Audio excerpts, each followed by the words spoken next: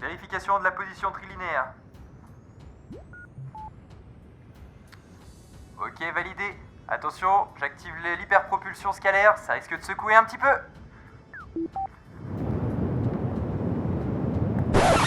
Vincent, t'es pas censé faire une vidéo, à quoi ça sert aujourd'hui? Salut à tous, bienvenue sur coursvincent.com et bienvenue sur cette nouvelle vidéo de À quoi ça sert? Aujourd'hui, on va étudier à quoi ça sert l'étude de fonction. Attends, je vais enlever ces gants, hop, ce sera plus simple. Donc, à quoi ça sert l'étude de fonction? Alors, c'est un chapitre vraiment assez vaste qu'on va utiliser dans beaucoup de cas. En fait, à chaque fois qu'on va vouloir optimiser quelque chose ou étudier un phénomène particulier, il y aura très beaucoup de fois où on va devoir étudier des fonctions. On va être amené à étudier justement des fonctions pour voir quand est-ce qu'on arrive à un maximum, à un minimum, et trouver justement ces endroits très importants pour optimiser tel ou tel phénomène. Alors, je pourrais vous parler de vraiment beaucoup d'exemples parce qu'on l'utilise, comme je viens de vous le dire, dans plein de cas. Mais alors je vous propose qu'on voie un cas en particulier, voilà, un cas qui m'est déjà arrivé et qui explique un petit peu, voilà, cette introduction un peu étrange sur, où j'étais dans un vaisseau spatial. Alors, aujourd'hui, je vais vous parler en fait de, il y a quelques années, j'étais prof de physique en collège et à la fin de l'année, alors on était sur des chapitres où on parlait un petit peu d'espace, etc., de planètes avec mes élèves et je voulais leur fabriquer une fusée à eau, hein, voilà, pour faire un petit cours un peu sympa où on allait dans la cour, on pouvait parler un petit peu de comment ça fonctionne, la propulsion d'une fusée.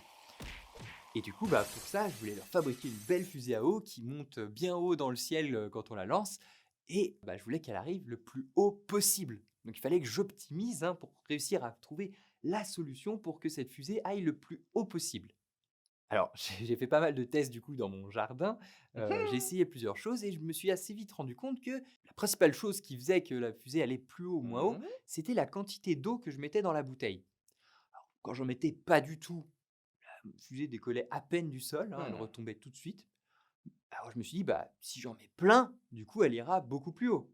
Alors je l'ai mis la bouteille à fond et là, je me suis rendu compte que, quand elle était pleine, pareil, elle allait pas très haut. Il fallait, un peu entre les 2, hein, ni trop pleine, ni pas assez. Il y avait un moment où j'avais l'impression que ça allait plus haut. Mais, alors en bon scientifique, je me suis pas, contenté de cela, mais je voulais trouver vraiment le point ultime où elle irait le plus haut possible. Et pour ça, j'ai fait une petite étude de fonction. En fait, je suis sorti dans mon jardin, j'avais préparé 4 ou 5 bouteilles avec des volumes d'eau différents et je me suis filmé, en train de lancer ces 4 ou 5 bouteilles. Une fois que je les ai lancées, j'ai étudié un petit peu les vidéos et j'ai mesuré en fait à chaque fois sur les vidéos la hauteur à laquelle avait été la bouteille, au point le plus haut où elle avait été, à quelle hauteur, quelle hauteur j'avais réussi à atteindre.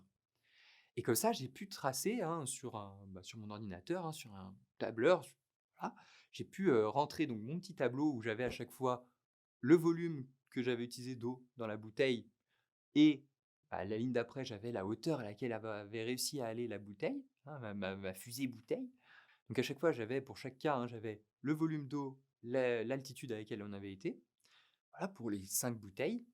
Et donc grâce à ça, j'ai pu tracer après sur mon tableur, donc un graphique où j'ai pu placer mes différents points et justement, c'est ça qui est intéressant aussi sur ordinateur là, sur ces différents tableurs, c'est qu'en général, ils proposent de tracer en automatique, voilà, une courbe qui passerait par tous ces points et ça propose même de retrouver une fonction, qui correspond à cette courbe justement.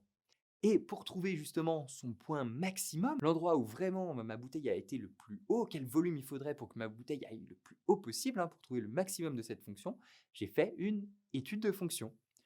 Exactement comme ce qu'on a vu dans ce chapitre sur l'étude de fonction. Donc, j'ai calculé la dérivée, j'ai fait le tableau de variation et j'ai cherché les extrémums.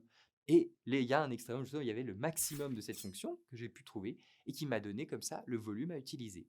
Et comme ça, j'ai pu utiliser justement ce volume en cours, dans la cour de l'école, pour pouvoir faire décoller cette fusée et les élèves étaient ravis. Bref, donc voilà, ça c'était un exemple que je voulais vous donner sur l'application d'études de fonctions.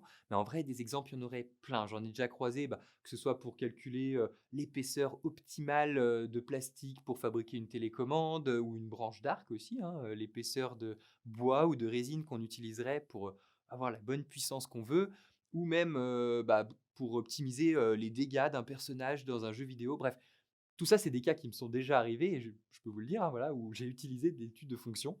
Et donc voilà, dans la vie de tous les jours, il y aurait plein de cas possibles, hein. À chaque fois qu'on veut faire en fait une optimisation, on va croiser des études de fonction, forcément. À chaque fois, si on veut être précis, on va devoir passer par la recherche d'extrémum, etc.